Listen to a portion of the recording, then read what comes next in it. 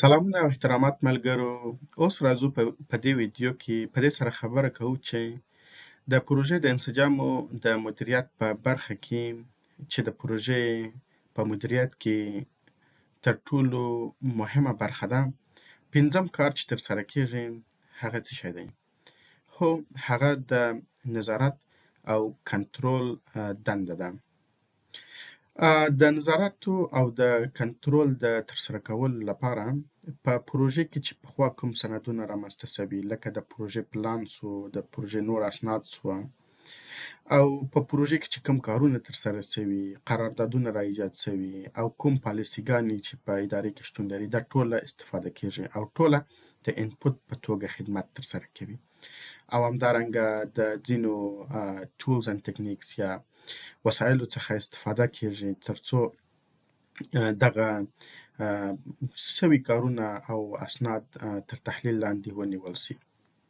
په دې مرحله کې د متخصصینو او اهل خبرت څخه استفاده کیږي، مجالس ترسره کیږي او معلومات راغونډیږي او تحلیل کیږي او تصامیم نیول کیږي او د اوټپوټ په توګه باندې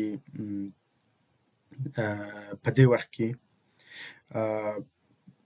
لکه کوم شیان به تولیدیږي لکه د پروژې د نظارت او کنټرول په نتیجه کې اوس څه رامنځته کیږي؟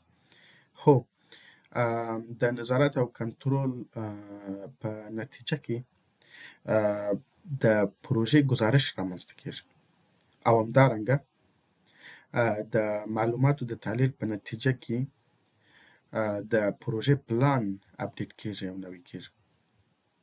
او په دې مرحله کې که چیرې د پروژې په کارونو کې کوم انحراف چې شی شتون ولري نو بیا د تغییراتو غوښتنه کیږي او دغه تغییرات بیا د مشخصو چینلونو له لارې طی مراحل کیږي ترڅو د انحراف څخه مخنیوی وسي.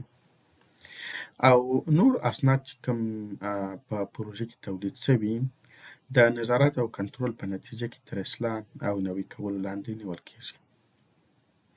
او دا ویلی سو چې د مدیریت د پروژو د مدیریت د انسجامو په نتیجه کې پنځم کار چې ترسره کیږي هغه د پروژې د نظارت او کنټرول دنده ده او د نظارت او د کنټرول په نتیجه کې تر ټولو مهم سند چې رامنځته کیږي هغه د پروژې گزارش دی.